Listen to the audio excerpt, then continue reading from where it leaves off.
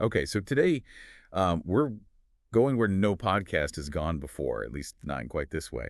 We're doing a deep dive into Star Trek Continues, a fan-made web series that's gotten a lot of buzz, and for good reason. We're going to unpack how this passion project managed to not just recreate the magic of Star Trek, but also, you know, boldly take it in new directions.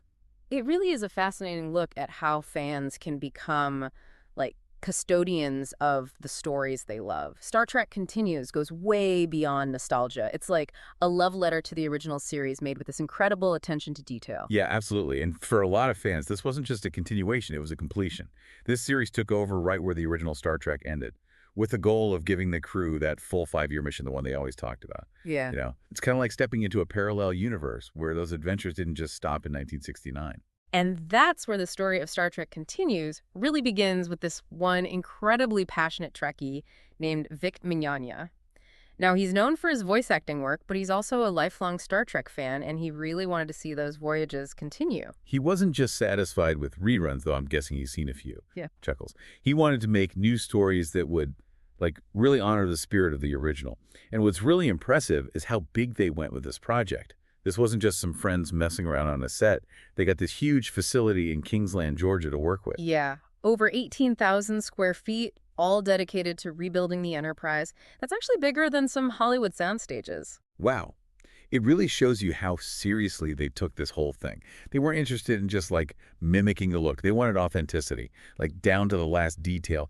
They actually used those original blueprints to rebuild the sets. It's like those archaeologists who, they meticulously piece together ancient pottery from just a few fragments. They weren't just throwing up drywall and calling it a day.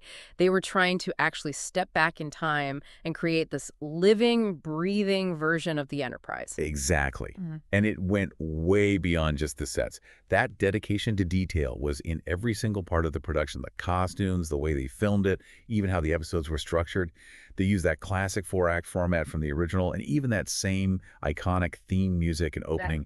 Talk about a blast from the past. Yeah, it's those little touches, that really pull you in. You can tell they really obsessed over every single detail to like capture the feeling of the original series. For fans, it must have been like rediscovering a piece of their childhood. Totally. And speaking of bringing back that classic Star Trek vibe, the casting was spot on. Yeah. They brought in some experienced actors, but then, and here's the cool part, they also had a few familiar faces from the original series. Oh, yeah, it's like a Star Trek family reunion. The most, I'd say, touching example is Chris Doohan. He's James Doohan's son, the original Scotty. It's like inheriting your dad's toolbox, only it's the warp core.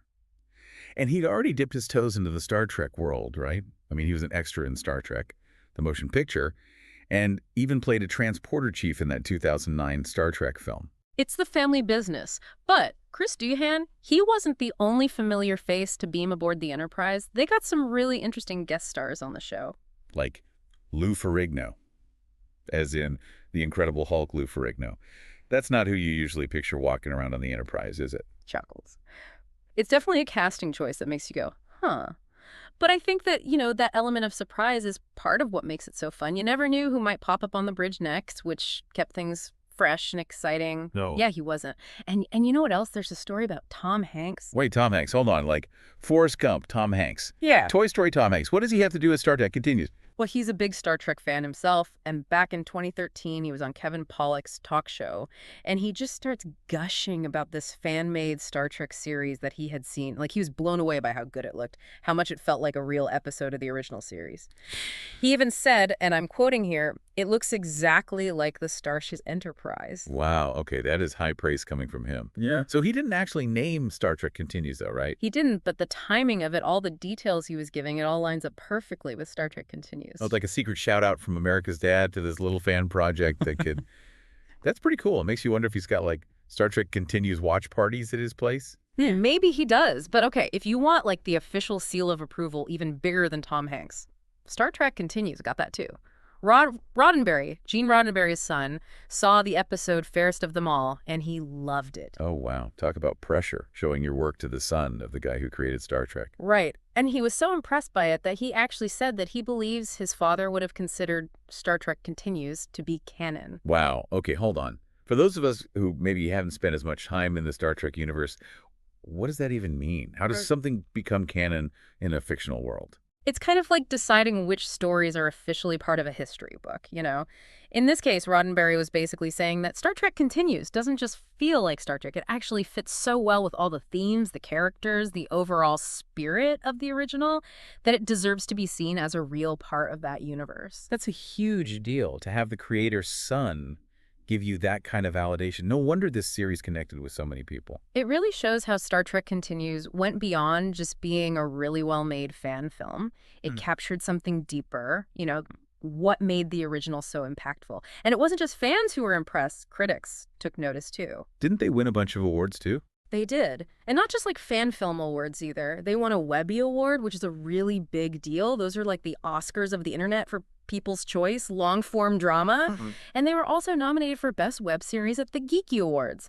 And that's just to name a few. So they were up against like professionally made shows, not just other fan projects. That's really impressive. Exactly. It just goes to show that sometimes those passion projects, the ones fueled by a genuine love for the source material, can be just as good as or even better than traditional productions.